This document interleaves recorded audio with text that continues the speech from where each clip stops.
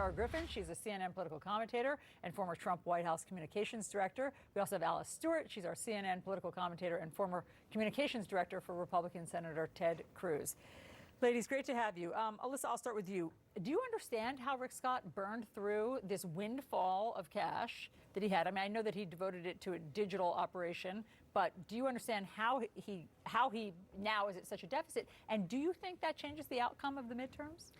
So I think that Rick Scott went into this role of running the NRSC, a very, prestigious perch for anyone who has leadership aspirations in the Senate, thinking that this was a way also to build his own profile. A lot of money, this was reported in the New York Times, was spent on ads actually featuring Rick Scott.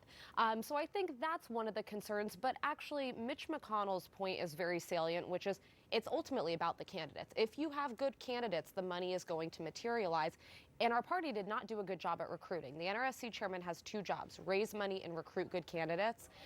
Blake Masters in Arizona, struggling, not doing as well as he should be. J.D. Vance having a hard time in Ohio. Even Georgia, a seat that we shouldn't think about being in play as Republicans.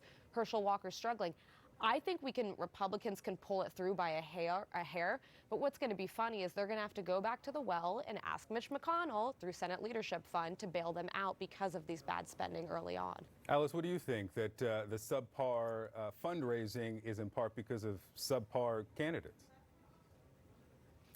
That could be one factor in some races, not all, but in some. And I agree with Alyssa in that I do believe that Republicans can pull it out and take over in the Senate. And look, I know for a fact that the Senate committee was very conscious in their decision making on how they spent their money. They made the decision months ago to spend early. They raised a significant amount of cash and they wanted to spend early on ads and outreach and phone calls and social media campaigns to support candidates to get them through the primary. And right now they're at a significant disadvantage. They understand.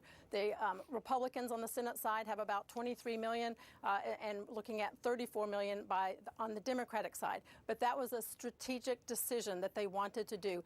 They look at it from why spend all of this money in September and October if your candidate is 10 points behind. So what they did is they spent on the front end to get candidates where they are, and they are sure they're going to have to go back and do more in terms of fundraising. But what they wanted to do was get candidates to a good point right now. They feel confident with some of the races that they thought were going to be in worse shape now. Those races have tightened up, and they're looking specifically in areas like Pennsylvania as well as Georgia where their candidates are where they want to be. And as far as the rift between the candidates, look, I know people that were in that room yesterday in that meeting, and a lot of the sources that come out of that are consultants that don't like each other and want to fight with each other. But the people that matter, Senator Scott and McConnell, they are united. They are on the same page. They have put McConnell's comments about candidates in the rearview mirror. They're looking forward in the next few months and how they can win in November. Meanwhile, Alyssa, let's talk about former Attorney General Bill Barr. Somebody has slipped him some truth serum. And he's on a bit of like a radical honesty tour, as far as I can tell, where he's talking about, to paraphrase, how appalled he is at the top secret documents that were basically unsecured at Mar-a-Lago.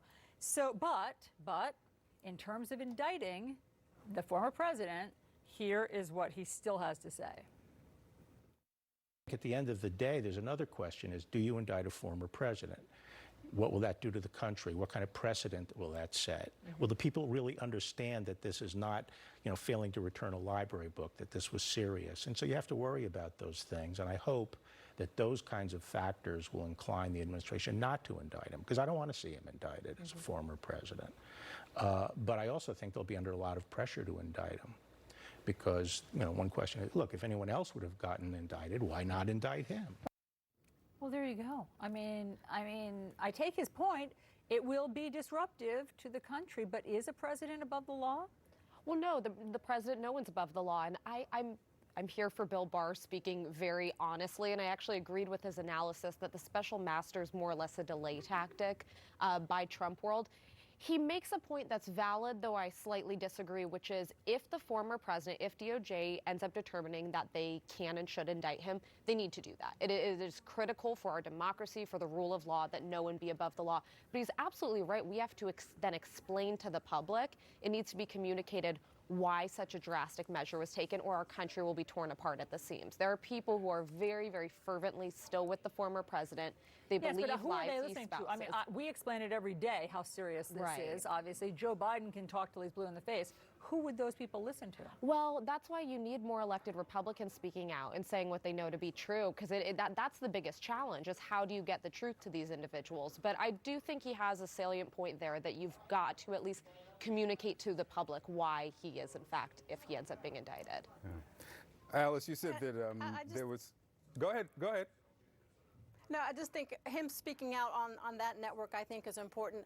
To Alyssa's point, you need critical thinkers, you need rational thinkers who don't have an axe to grind one way or the other to explain it to that echo chamber that feels one way about this situation.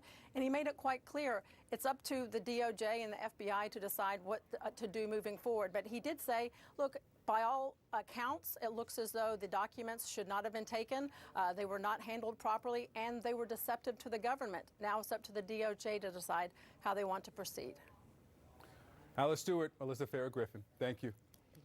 So South Carolina is moving forward with a near total ban on abortion. State senators there now debating whether to strip out virtually all exceptions, including for rape and incest and fetal anomalies. We're going to speak to a Republican legislator about that next.